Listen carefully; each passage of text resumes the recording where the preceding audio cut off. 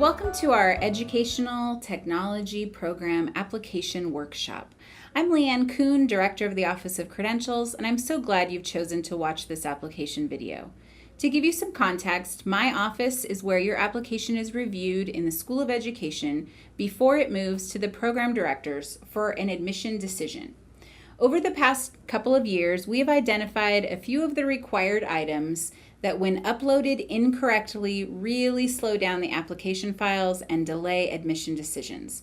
My hope for this video is that I can share some specific examples and the important information that you need to ensure your application packet moves through all of the steps and you receive a favorable admissions decision as quickly as possible. Just a little side note, you might hear me use the term CTC several times. The CTC is the California Commission on Teacher Credentialing. This is the organization that makes all of the regulations and sets standards for Credential preparation programs. If you've completed another credential program through APU, you would have received a credential that was granted by the CTC. So let's get started looking at the application and identify some of those areas of concern that I mentioned earlier. When you first open your application from the APU website, you will be asked several questions that will help you identify the program that you would like to choose, the term that you would like to start, and what campus you would like to attend. For our purposes today, I've chosen the Master's in Educational Technology program, the term of spring 2019, and it is an online program. If you are unsure about what to choose during those first couple of questions, we do encourage you to contact a program representative at the Graduate and Professional Center. They can answer all of your questions and help you decide which program will best meet your needs and help you reach your professional goals. So the first section of the application is demographics. Your name, please enter an email address that you check on a regular basis and your phone number that you answer on a regular basis as well. You want to choose Save and Continue each time you complete a section so that when you leave your application and come back, your work will be saved for you and you won't have to redo anything. Your mailing address that you receive mail at, your citizenship, current employment, and other additional information. So this area right here becomes our first tricky spot. It is very important that you enter your date of birth and social security number. It does say it's optional, but unfortunately, if you do not enter this information, your application will be on hold until we can contact you and get that from you. We need this information to verify that you have a valid CTC document, which we're going to talk about in just a few moments. But if you do not give us this information, we cannot complete our verification, which slows your application down.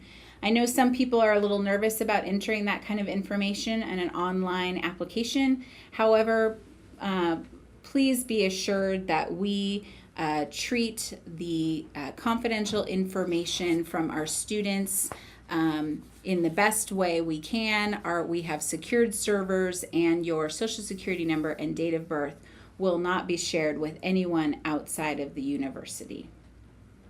So please make sure you enter that and save and continue.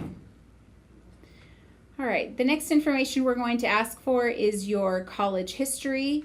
There are several scroll bars that you can choose from to enter your information and your degrees received.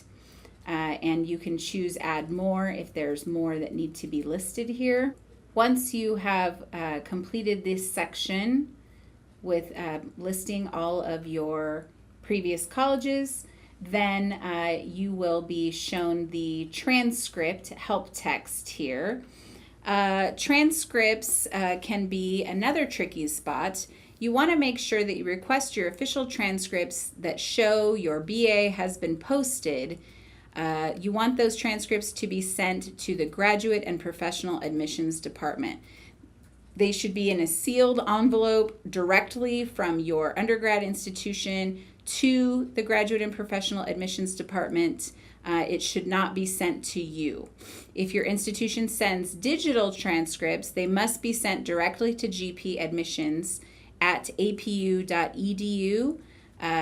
Keep in mind that sometimes official transcripts can take a while to receive, so you want to make sure that you make those requests very early so that your application is not on hold while we are waiting for them. Once your transcripts have been received by the Graduate and Professional Admissions Department, they will be uploaded into your application, and there is nothing for you to collect and turn in for this section. Now, our program expectations for admission is a GPA of a 3.0, but if your undergrad or post-baccalaureate GPA is lower than this, that doesn't mean you won't be admitted, so we would want to encourage you to apply to our programs anyways.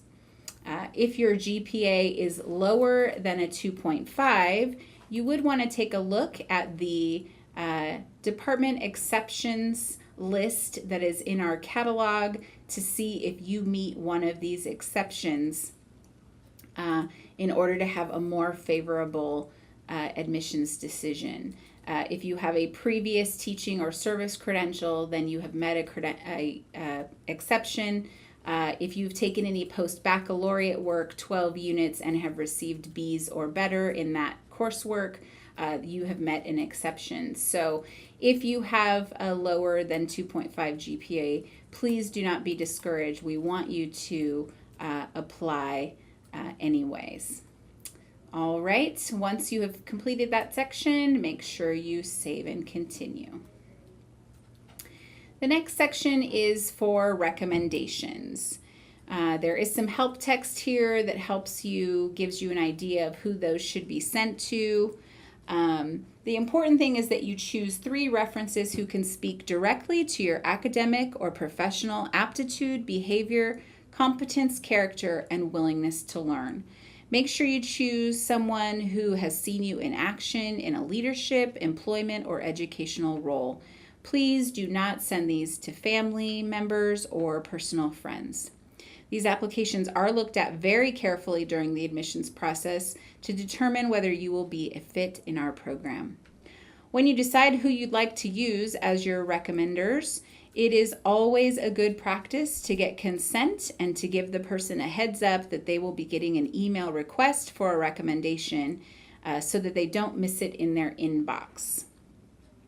So how it works is that you will enter the information, first and last name, and correct email address for that person, and answer the question about whether you agree to waive access to the recommendation. You will do that 3 times, and once you get to the end of this section and you choose Save and Continue, an automatic email is generated and sent to those people that you have chosen to be recommenders with an online recommendation form attached. They can choose to fill out that online recommendation in one sitting or multiple sittings and save as they go. They can also choose to decline to be one of your recommenders, and if that happens, you will receive an email that says you need to choose a new person, a new recommender in this section here. So you would want to go back into your application and change this information, choose Save and Continue, and a new email will be sent to the new recommender. If the people you have chosen indicate to you that they have not received the application, the online recommendation form in an email, encourage them to check their spam folder. Sometimes our emails have been found in spam folders, unfortunately. The next section is going to be your application essay. For you, it is a personal statement of about 1 to 2 pages long, describing your educational goals and long and short-term professional goals. You want to make sure that you upload a well-written piece that speaks to your experience, professional and personal history, why you are applying to the program, as well as goals for the future. These are read by multiple people, and it is truly an opportunity for you to introduce yourself and make a great first impression. This is also your opportunity to highlight your writing skills, so correct grammar and well-structured thoughts and ideas should be included. It is best to upload this as a PDF so that the format is unchanged from what you intended. So please make sure you save that as a PDF first and then upload that here by choosing the cloud and then selecting your file. Save and continue so that you don't have to redo that work. The next section is your resume. It's important that you submit a professionally structured resume, especially highlighting any experience you've had in the K-12 school system.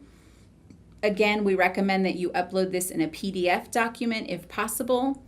We have had some issues with people uploading this document from their phone or tablets, and sometimes it changes the format, so you want to be very careful there. If you don't have a resume, which I would really encourage you to develop for your own professional future, you can use the link here for the Statement of Experience form instead. All right, you want to save and continue and move on to the next section. All right, we talked about the CTC a little bit earlier. This is another one of our tricky spots. If you hold a valid CTC document like a 30-day subpermit or a previous teaching credential, you do not need to apply for a certificate of clearance. You would just need to upload a screenshot and or copy of your valid CTC document. So it could look like this, which would list your credentials as well as the expiration date for those credentials. And we're looking for expiration dates that are at least 6 months into the program. You will have to have a valid CTC document for the entirety of an APU School of Education program. Or it could look like this, which just lists one credential.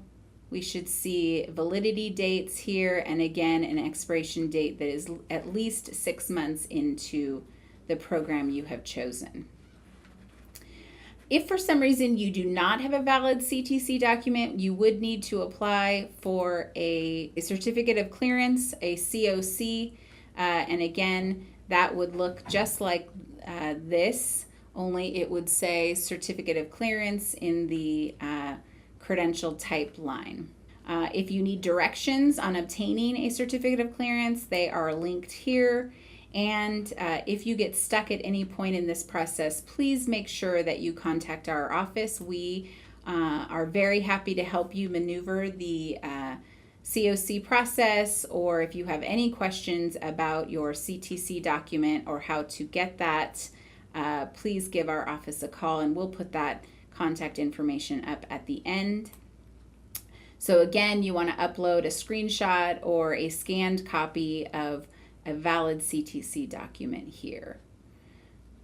Save and continue.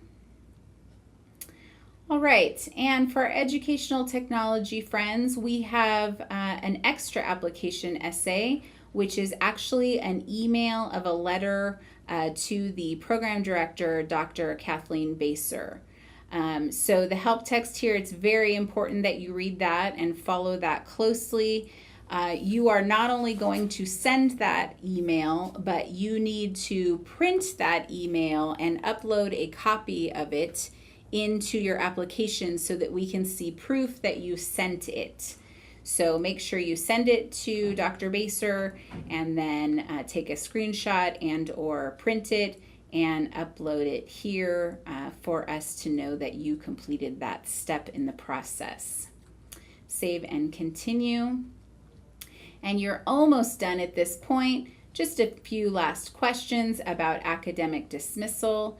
If you answer yes to this question, you will be prompted to also upload a document that describes the situation, 1 or 2 paragraphs. And also with convictions, if you have any previous convictions and you answer yes, you will be prompted to upload an explanation as well as any supporting public documents. If you've had either one of these 2 situations, please don't be discouraged. We want you to apply anyways. It definitely does not mean that you will not be admitted into our program. Just good information for us to know. Lastly, something that's very important to us at APU is our statement of agreement. We need you to read this and reflect upon it, and then if you can agree to all of the items listed there, you'll want to put your digital signature as well as save and review your application, and you will be done. Once you have done all of this, your application will be sent directly to the graduate admissions department in the processing area, and they will take a look at all of your documents and your application to make sure that everything has been completed correctly. Lots of people ask how long it will take before they get an admissions decision, and there is no pat answer for that. The Graduate and Admissions Department, along with my office and the entire School of Education, strives to complete the whole process in less than a month after all of your final documents have been uploaded. And sometimes this can happen much quicker, especially if your application includes all of the correct items that we've covered here in this video.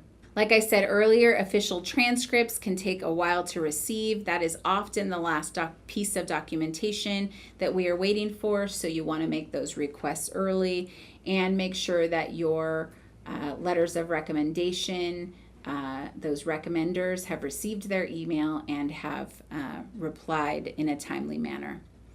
There are different application deadlines for spring, summer, and fall, so you want to check with the Graduate and Admissions Department to find out what those are to make sure that your documents are in on time. We thank you for watching. I hope you found this information helpful.